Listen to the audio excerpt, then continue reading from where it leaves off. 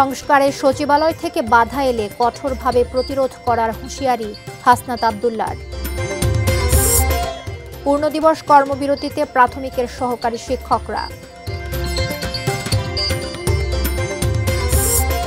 এবং ফের খাগড়াছড়ি সীমান্ত দিয়ে ১৯ জনকে পুশ ইন করল ভারত।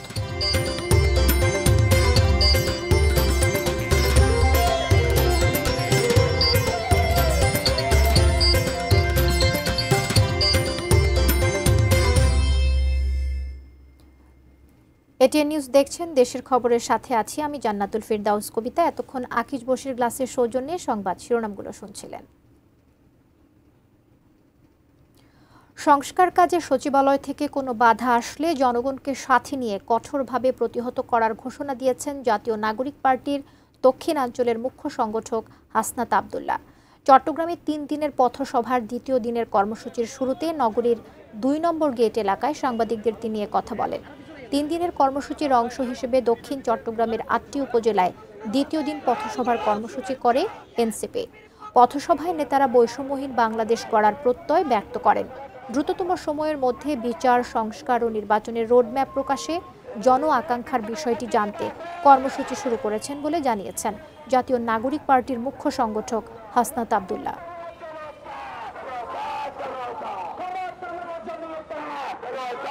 সাধারণ নাগরিকদের এইভাবে যে রাস্তার মধ্যে গুলি করে হত্যা করছিল, একজন সচিব, একজন আমলা, রাষ্ট্রের একজন নাগরিক, একজন সরকারি চাকরিজীবীকে পদত্যাগের কোনো খবর এসেছে? আজকে যখন দেখবেন সরকার কার্যক্রম শুরু করেছে, তারা বাধা হয়ে দাঁড়াচ্ছে, যেখানে সহযোগিতা করার দরকার ছিল। এই সংস্কার কার্যক্রমের যদি বাধা বিশেষ করে সচিবালয় থেকে আসে, সেটা কঠোর হস্তে সেটাকে জনগণকে সাথে নিয়ে সেটাকে প্রতিরোধ করা হবে।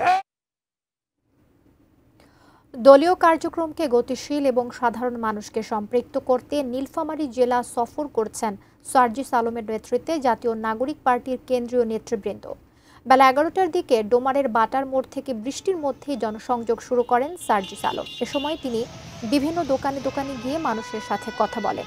পরে কয়েকজন কেন্দ্রীয় নেতা এসে লিফলেট বিতরণ ও জনসংযোগ কার্যক্রমে সার্জিসের সাথে যোগ দেন। এ সময় তিনি এনসিপি নেতারা উদ্দেশ্য ও দলীয় কার্যক্রম তুলে ধরেন। প্রয়োজনীয় সংস্কারের পরেই নির্বাচন হলে দেশ কিভাবে উপকৃত হবে তা সাধারণ মানুষের মাঝে তুলে ধরেন। এ সময় সার্জিস আলম বলেন, শেখ হাসিনা ও আওয়ামী লীগ নিয়ে কোনো আপোষ মেনে নেওয়া হবে না। বাংলাদেশের বর্তমান রাজনৈতিক পরিস্থিতিতে আওয়ামী লীগের প্রশ্নে সবাই ঐক্যবদ্ধ। এই বাংলাদেশে আওয়ামী লীগ ফিরে আসার সুযোগ নেই, খুনি হাসিনা ফিরে আসার সুযোগ নেই। আসলে একটা কারণে আসবে, বিচারের কাঠগড়ায় দাঁড়ানোর জন্য আসবে। তবে সকল রাজনৈতিক দলের কাছে, বিএনপি সহ অন্যান্য যারা আছে, একটা অনুরোধ, আমরা নিজেদের ভিতরে বিভাজন তৈরি করে এমন কোনো অযৌক্তিক অপ্রাসঙ্গিক কথা যেন না বলি। ৩ দাবিতে সারা দেশে পূর্ণদিবস কর্মবিরতি পালন করছেন সরকারি প্রাথমিক বিদ্যালয়ের সহকারী শিক্ষকরা। শিক্ষার্থীরা ক্লাসে উপস্থিত হওয়ার পরও পাঠদান না হওয়ায় হতাশ, ক্ষুব্ধ শিক্ষার্থী এবং অভিভাবকরা। প্রতিনিধিদের তথ্য ছবি নিয়ে ডেস্ক রিপোর্ট। পূর্ব ঘোষণা অনুযায়ী সোমবার সকাল থেকে রাজশাহীর সব সরকারি প্রাথমিক বিদ্যালয়ের সহকারী শিক্ষকরা কর্মবিরতি পালন শুরু করেন। যৌক্তিক দাবিতে পাঠদান থেকে বিরত আছেন বলে জানিয়েছেন শিক্ষকরা। তবে এতে ক্ষুব্ধ শিক্ষার্থী ও অভিভাবকরা। পাঠদান করছি না, বাচ্চারা আসছে, আমাদের বাচ্চাদের স্কুল, আমাদেরকে দেখাশোনাও করতে হবে, কারণ ওরা তো ছোট মানুষ। দাবি দেওয়া না মানা হলে পরে আমরা কোনো ক্লাসই নিব না। বাচ্চারা এসেছে, বাচ্চাদের স্বার্থে আমরা বাচ্চাদেরকে প্রোটেক্ট দেওয়ার জন্য আমরা ক্লাসে থাকবো। আমাদের কোনো ক্লাস হয় না বলতে গেলেই, তার জন্য আমাদের যে মেধা যে খারাপ হয়ে যাচ্ছে সেটা তো কেউ জানে না। আমাদের ক্লাস হচ্ছে না, এতে আমাদের পড়ার ক্ষতি হচ্ছে। পরীক্ষার সময় প্রশ্নগুলো কঠিন হয়ে যাচ্ছে। বাচ্চারা ঠিক মতো শিখতে পারলো না, অন্য কোথাও যে টিকবে না, ভালো কোনো স্কুলে যায়। বাসায় থাকলে তো পড়ালেখা ওরকম করে না। কেন্দ্রীয় কর্মসূচির অংশ হিসেবে ময়মনসিংহ জেলার 13টি উপজেলার সব সরকারি প্রাথমিক বিদ্যালয়ের সহকারী শিক্ষকরা পূর্ণদিবস কর্মবিরতি পালন করছেন। দাবি পূরণ না হলে ক্লাস পরীক্ষা বর্জন করে কঠোর আন্দোলনের হুঁশিয়ারি আন্দোলনরত শিক্ষকদের। আমাদের 3টা যৌক্তিক দাবি, সেই 3টা দাবি না মানা পর্যন্ত আমরা কর্মবিরতিতে থাকব। একই দাবিতে সহকারী শিক্ষকদের সংগঠন ঐক্য পরিষদের ডাকে কুড়িগ্রামে পালিত হচ্ছে পূর্ণদিবস কর্মবিরতি। ফলে ক্লাস না হওয়ায় অনেক শিক্ষার্থী ফিরে যাচ্ছে বাড়িতে, আবার কেউ কেউ অপেক্ষা করছে বিদ্যালয়ে। আমরা 10 বছর চাকরি জীবনের পরে যে টাইম স্কেল পাওয়ার কথা, আমরা সেটা 10 বছর পূর্ণ হওয়ার পরেও পাচ্ছি না। এছাড়া সিলেটেও একই দাবিতে কর্মবিরতি পালন করছেন শিক্ষকরা। 11তম গ্রেডে বেতন ভাতা, দ্রুত পদোন্নতি সহ 3 দাবিতে সহকারী শিক্ষকদের অর্ধদিবস কর্মসূচি শেষ হয় রোববার। দাবি পূরণ না হওয়ায় সোমবার থেকে পূর্ণ দিবস কর্মবিরতি পালন শুরু করেন সরকারি প্রাথমিক বিদ্যালয়ের সহকারী শিক্ষকরা। শুক্লা সরকার, ডেস্ক রিপোর্ট, এটিএন নিউজ। খাগড়াছড়ির মাটিরাঙ্গা সীমান্ত দিয়ে আরও 5 পরিবারের 19 জনকে পুশ ইন করেছে ভারত। এদের মধ্যে 7 জন পুরুষ, 7 জন নারী ও 5 জন শিশু রয়েছে। সোমবার ভোরে তাদেরকে ফেনী নদী দিয়ে বাংলাদেশে পাঠায় বিএসএফ। অনুপ্রবেশের পর তারা বর্তমানে বিজিবি হেফাজতে আচালং ডিপিপাড়া সরকারি প্রাথমিক বিদ্যালয়ে অবস্থান করছেন। মাটিরাঙ্গা উপজেলা নির্বাহী কর্মকর্তা মঞ্জুরুল আলম অনুপ্রবেশের বিষয়টি নিশ্চিত করে জানান, অনুপ্রবেশ করা ব্যক্তিদের দাবি অনুযায়ী তারা বাংলাদেশের কুড়িগ্রামের বাসিন্দা। পরিচয় নিশ্চিত হলে তাদের নিজ নিজ এলাকায় পাঠিয়ে দেওয়া হবে। এ নিয়ে চলতি মাসে 3 দফায় খাগড়াছড়ির বিভিন্ন সীমান্ত দিয়ে 104 জনকে পাঠিয়েছে বিএসএফ। এদিকে হবিগঞ্জের চুনারুঘাট উপজেলার কালেঙ্গা সীমান্ত দিয়ে শিশুসহ 18 জন বাংলাদেশিকে পুশ ইন করেছে ভারত। সকালে সীমান্ত দিয়ে তাদের বাংলাদেশে ফেরত পাঠানো হয়।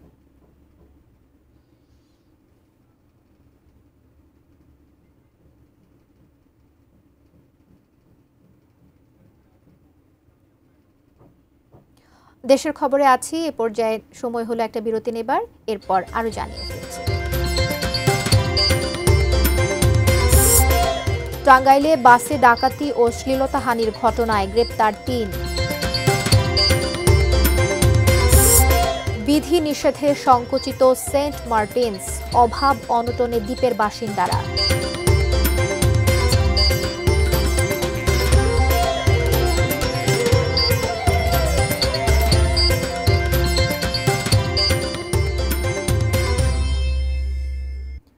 ফিরে এসে দেশের খবরে সবাইকে আবারও আমন্ত্রণ জানাচ্ছি।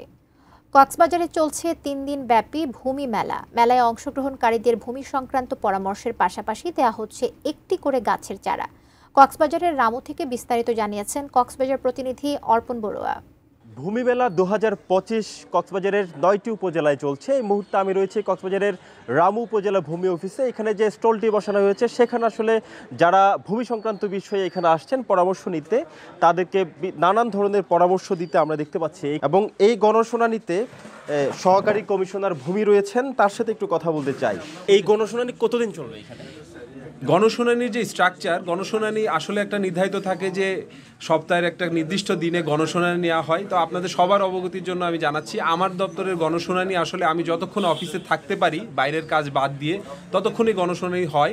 আমার অফিসের দরজা আসলে সবসময় মানুষের জন্য খোলা। ধন্যবাদ। আমরা একটু কথা বলতে চাইবো যে আপনি কেন এসেছেন, যদি একটু বলতেন। ভুল বোঝাবুঝির কারণে বিরোধ সৃষ্টি হয়, সেটা আমরা দোনো ভাগে এক হয়ে গেছি।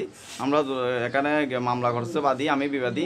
তারপর আমরা দুজন এখানে আজকে শোনার দিন আসছি। ধন্যবাদ। এখানে আসলে মূল যে বিষয় সেটি হচ্ছে কারো মাধ্যমে, কারো মারফত, অর্থাৎ দালালের খপ্পরে পড়ে ভূমি অফিসে না আসার যে ব্যাপারটি রয়েছে সেই বিষয়টিকে আসলে এখানে খুব বেশি ফোকাস দেওয়া হচ্ছে। কারণ অনেকেই দালালের খপ্পরে পড়ে অনেক টাকা পয়সা হারায়, ধরনের অভিযোগও আসলে সাধারণ মানুষের কাছ থেকে পাওয়া যায়। যারা পরামর্শ নিতে আসছেন তাদেরকে একটি করে ফলদ বৃক্ষ এখান থেকে রামু উপজেলা ভূমিসের পক্ষ থেকে উপহার দেওয়া হচ্ছে। কক্সবাজারের রামু থেকে এটুকুই ছিল ভূমি মেলার সবশেষ। দেশের খবরে আছি, আবারও একটা বিরতির সময় হলো, ফিরে আসছি সঙ্গে।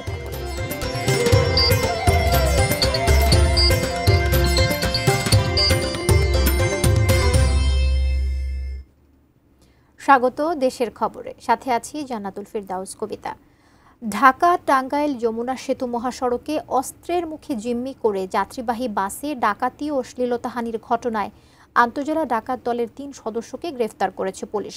রোববার রাতে টাঙ্গাইল ও সিরাজগঞ্জ থেকে তাদেরকে গ্রেফতার করা হয়। গ্রেফতারকৃতরা হলেন সিরাজগঞ্জের সানোয়ার হোসেনের ছেলে সাব্বির হোসেন, আব্দুল হামিদ সরকারের ছেলে শিহাব সরকার ও মৃত ইমান আলী শেখের ছেলে জাহাঙ্গীর আলম। গ্রেফতারকৃতদের কাছ থেকে লুণ্ঠিত 19টি মোবাইল ফোন, যাত্রীর কর্মস্থলের আইডি কার্ড ও একটি ব্যাগ উদ্ধার করা হয়। পুলিশ সুপার মিজানুর রহমান জানান, সংঘবদ্ধভাবে ডাকাত দলটির বিরুদ্ধে বিভিন্ন থানায় একাধিক মামলা রয়েছে। 7 দিনের রিমান্ড চেয়ে আদালতে পাঠানো হবে। গত মঙ্গলবার রাতে আল ইমরান পরিবহনের একটি যাত্রীবাহী বাসে ডাকাতির ঘটনাটি ঘটে। সেন্ট মার্টিনস দ্বীপে পর্যটক যেতে নিষেধাজ্ঞা, সাগরে মাছ ধরায়ও 58 দিনের নিষেধাজ্ঞা। বিধিনিষেধে সংকুচিত দ্বীপবাসীর জীবিকা, বন্ধ পর্যটন নির্ভর ব্যবসা বাণিজ্য। বিকল্প কর্মসংস্থান না থাকায় অভাব অনটনে দিন কাটছে দ্বীপবাসীর। তবে পরিবেশ কর্মীদের দাবি, নিষেধাজ্ঞার কারণে দূষণ অনেকাংশে কমেছে এই প্রবাল দ্বীপের। সেন্ট মার্টিন ঘুরে এসে বিস্তারিত জানাচ্ছেন কক্সবাজার প্রতিনিধি অর্পণ বড়ুয়া, আর ক্যামেরায় ছিলেন কামরুল হাসান।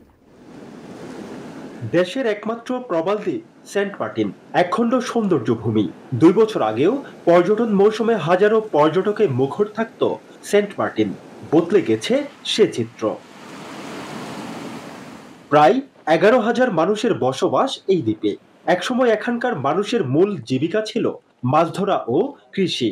আদি পেশার পাশাপাশি পর্যটন মৌসুমের 4-5 মাসের উপার্জন দিয়েই নির্বাহ হতো দ্বীপবাসীর 12 মাসের খরচ। 2 মাসে যা ব্যবসা হয়েছে এটা মানুষের 2 মাস 3 মাসের মধ্যে তার শেষ হয়ে গেছে প্রায়। কিনতে আরো তো বেশি কষ্ট হবে এবং খাইতে লইতে কষ্ট হয়। তবে বিপুল সংখ্যক পর্যটকের চাপ এবং নানা বর্জ্যের ক্ষতির হাত থেকে দ্বীপের পরিবেশ ও জীববৈচিত্র্য রক্ষায় পর্যটক যাতায়াতে 9 মাসের নিষেধাজ্ঞা দিয়েছে পরিবেশ মন্ত্রণালয়। এখন অনেকটাই অলস সময় কাটে কর্মহীন দ্বীপবাসীর। তো আমার পরিবারের মধ্যে খাওয়ার জন্য আর্থিক এবিলিটি ছিল না। অনেক মানুষ ভোগান্তে, এক বেলা খেলে 2 বেলা খেতে পারে না। পরিবেশ কর্মীরা বলছেন, পর্যটক সীমিত করায় দ্বীপের ইকোসিস্টেমের উন্নতি ঘটেছে, কমেছে প্রবাল প্রাচীর ও খাবার পানির উপর অতিরিক্ত চাপ। উপকূলীয় সবুজ বেষ্টনী গড়ে তোলা, ক্যাবন গড়ে তোলা, অবৈধ স্থাপনা উচ্ছেদ করা, পাশাপাশি সামুদ্রিক জীববৈচিত্র্য রক্ষায় সরকারের নতুন পরিকল্পনা গ্রহণ করা উচিত। জেলার প্রশাসক জানিয়েছেন, দ্বীপবাসীর দুর্ভোগ লাঘবে বহুমুখী পরিকল্পনা নিয়ে কাজ করছে সরকার। বিকল্প কর্মসংস্থানের ব্যবস্থা করা না হলে ঘটতে পারে মানবিক বিপর্যয়, বলছেন স্থানীয়রা। অর্পণ বড়ুয়া, এটিএন নিউজ, সেন্ট মার্টিন, টেকনাফ। দেশের খবর শেষ করব, তবে যাবার আগে আকিজ বশির গ্লাসের সৌজন্যে শিরোনামগুলো দেখে নিচ্ছি এক নজরে আরো একবার। সংস্কারের সচিবালয় থেকে বাধা এলে কঠোরভাবে প্রতিরোধ করার হুঁশিয়ারি হাসনাত আব্দুল্লাহর। পূর্ণদিবস কর্মবিরতিতে প্রাথমিকের সহকারী শিক্ষকরা। ফের খাগড়াছড়ি সীমান্ত দিয়ে 19 জনকে পুশ ইন করল ভারত। টাঙ্গাইলে বাসে ডাকাতি ও শ্লীলতাহানির ঘটনায় গ্রেপ্তার 3। বিধিনিষেধে সংকুচিত সেন্ট মার্টিনস, অভাব অনটনে দ্বীপের বাসিন্দারা।